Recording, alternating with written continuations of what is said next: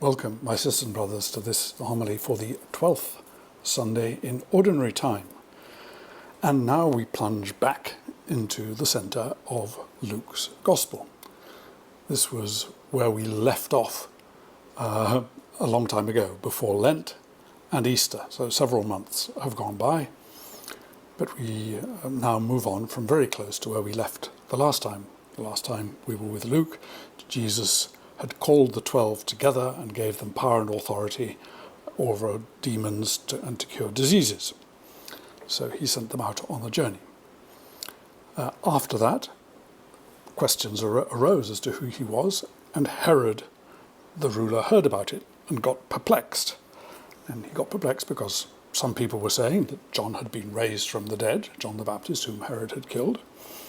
And some were saying that Elijah had appeared, which would be a sign that the final judgment, the day of the Lord, was about to appear, because it was assumed that Elijah came immediately before the end.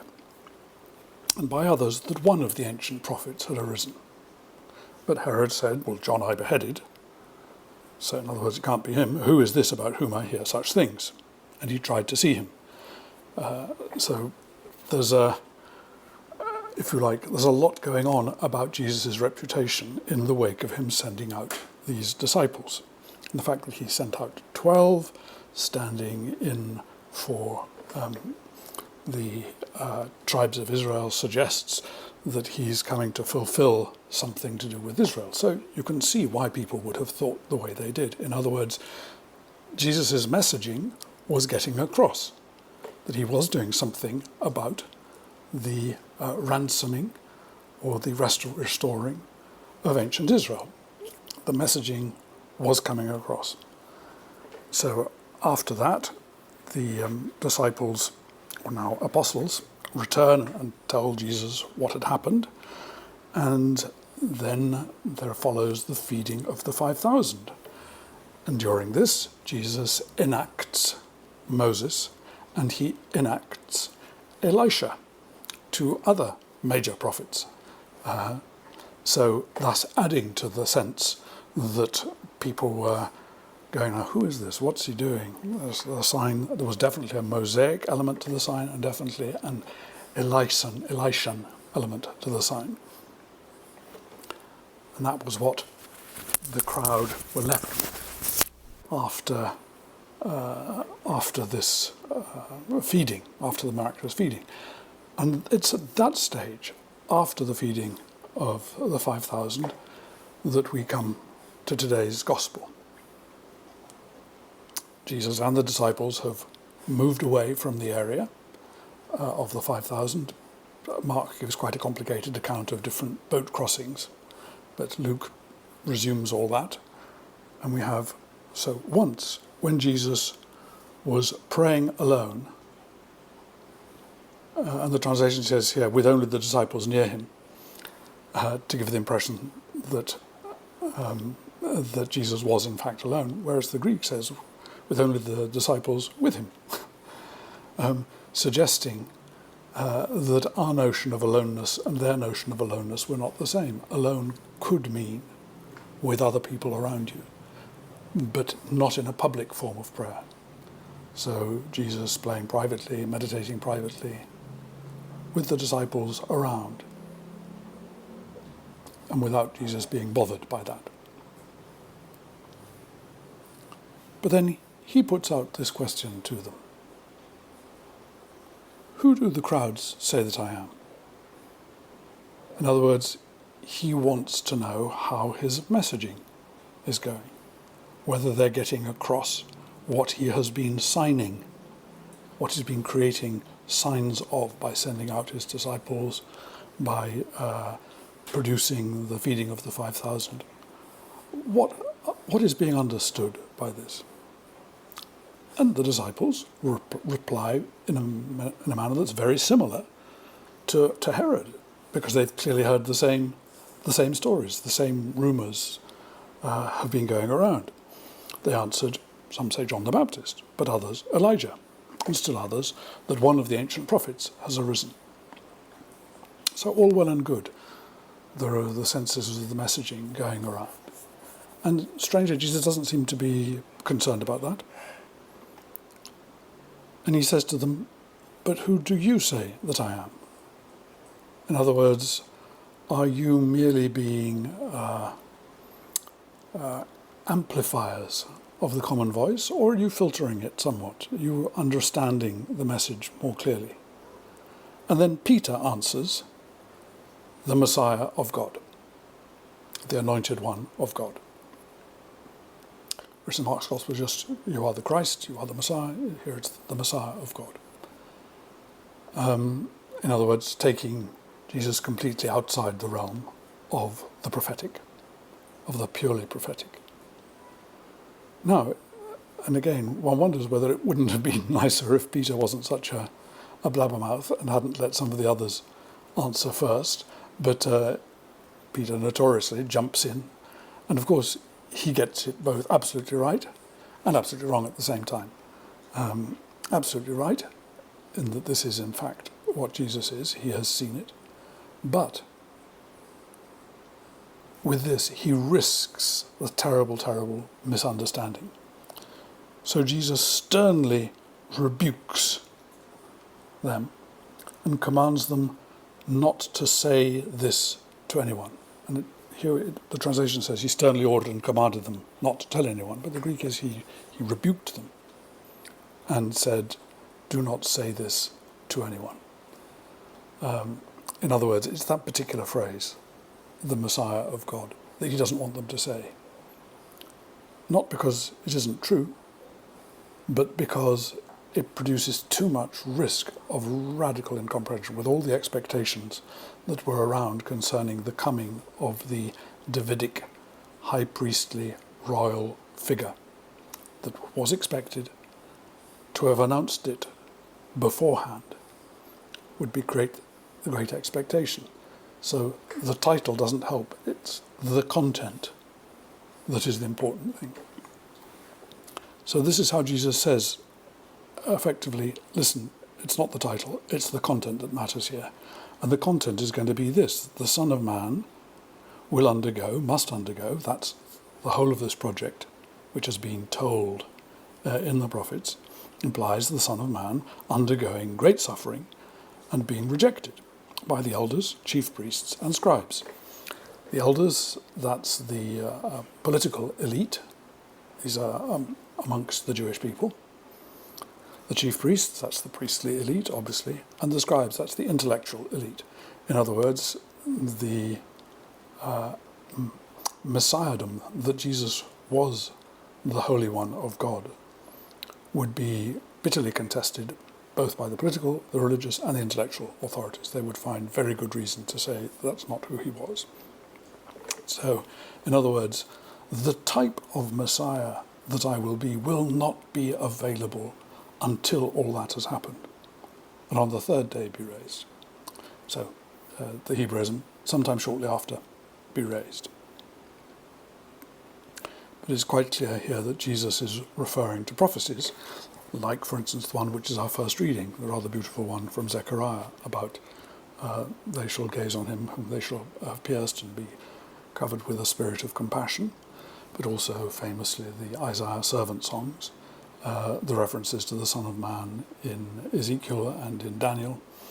So Jesus is saying, forget the title for the moment. This is a project. For this to be comprehensible, I'm going to have to do these things first, or else you're going to get it quite wrong. It's actually make it more difficult if this is going to be done publicly. So again, Jesus is managing the message. This is message control. Then he says to them all, and so here again we have a scene of Jesus alone in prayer, then surrounded by the disciples to whom he knows have understood something, but who need to control the message lest that produce a terrible misunderstanding. But then, for everybody else, and this is rather an important point, if any of you want to become my followers, let them deny themselves and take up their cross daily and follow me. For those who want to save their life will lose it, and those who lose their life for my sake will save it. That's the translation, which I'm going to question a little bit in just a second. But so here he's saying, the project which I'm going to live into and which is going to be very painful and full of rejection and ultimately death, and only then will it become clear who I am, that's something that everyone who wants to follow me lives into. You only become me by following the same path as I. I'm not saying that you are necessarily going to have to die for this. That's why this translation is not a good one. But the pattern of your life has very much got to be a pattern of life lived as if you were going to. So, he says, anyone wants to become my followers, in other words, to work out what I am and what I am doing, then let them deny themselves and take up their cross daily and follow me. In other words, this is a daily thing. Jesus is here specifically not urging people to rush out quickly and become martyrs. He's urging people to do the much more difficult thing, which is to live this day with a light-heartedness towards your end, being able to give yourself away in the midst of whatever circumstances you face, which of course is a much more difficult thing to do than suddenly to give yourself away to martyrdom. One of the comments made about the Crusades were the number of these Norman and English knights who galloped off to the Holy Land in order to die as they were unable to live, which is for the gospel. Here, the important thing is not the dying, it's the living into death. Let's look at these words. Jesus says, for those who want to save their life will lose it, and those who lose their life for my sake will save it. The Greek is psyche, for those, which is often translated those who save their soul will lose it, and those who lose their soul for my sake will save it. And the background Hebrew word, and the Aramaic equivalent, is nephesh. The nephesh means, it's a way of referring to your body. It's the whole bodily dynamic, the notion that you externalize yourself in part of yourself. That doesn't actually mean something vague. It means very concretely the whole of you as an intentional, deliberate body. Excuse my saying this, but the nearest thing, at least in modern American slang, is your ass. Get your ass over here, or it's your ass on the line. That is the self externalized, as it were, into a body part. No one thinks that the rest of the body is not going to come to the meeting if you say, get your ass over here. But it means get the really important part of yourself over here that's really implicated in this. And every culture has a word or a phrase by which we externalize what is really important to us, what we would call in English our self, into a bodily movement, an intense bodily movement. That's why the reason I stress the bodiliness of this is because that's more or less obvious in the Semitic languages, but not at all obvious in our translations. Give your life suggests that it's a request for martyrdom. Give your soul has become such a vague term for us that it means something ethereal. But no, this means for those who want to save their asses, and as silly as that sounds, really, will lose it. In other words, if you are frightened, if you are run by anxiety and want to run away, like, for instance, the people of Israel in the desert who wanted to go back to Egypt because it felt safer than wandering through the desert for such a long time, then you lose it. And those who are prepared to take a risk and throw themselves lightheartedly into the future, being perfectly prepared to lose their life, to get their asses handed to them, as it were, those people are the ones who are going to save their asses. In other words, those are the ones who are going to be brought to life. But this is punchy, bodily stuff about where your heart is, where your ability to sit lightly to yourself. Something like that, we would say. But the point of it here is that Jesus is saying it's the content that counts, not the title. Just as he had explained after Peter said, "You are the Son of the Christ of God," the risk was the misunderstanding of the title. Jesus says, it's the content. This is what it's going to look like to be the Messiah of God. Don't you use that word until it's done. And to anybody who wants to be like me, it's the content.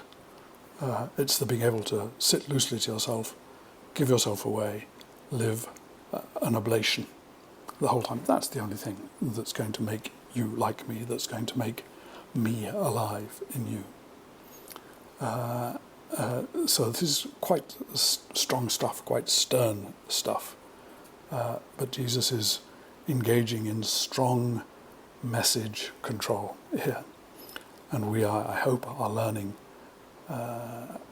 what it's going to be like to become his follower. What's it going to be like to give ourselves away, to sit lightheartedly to loss, to deprivation, to the thing referred to as denial here. Because we are receiving who we are from someone who is other than us. And it's as we let go that we are given. That, I think, is what's going on in today's gospel. And we'll see more of that progress as we move on. In the name of the Father, the Son, the Holy Spirit. Amen.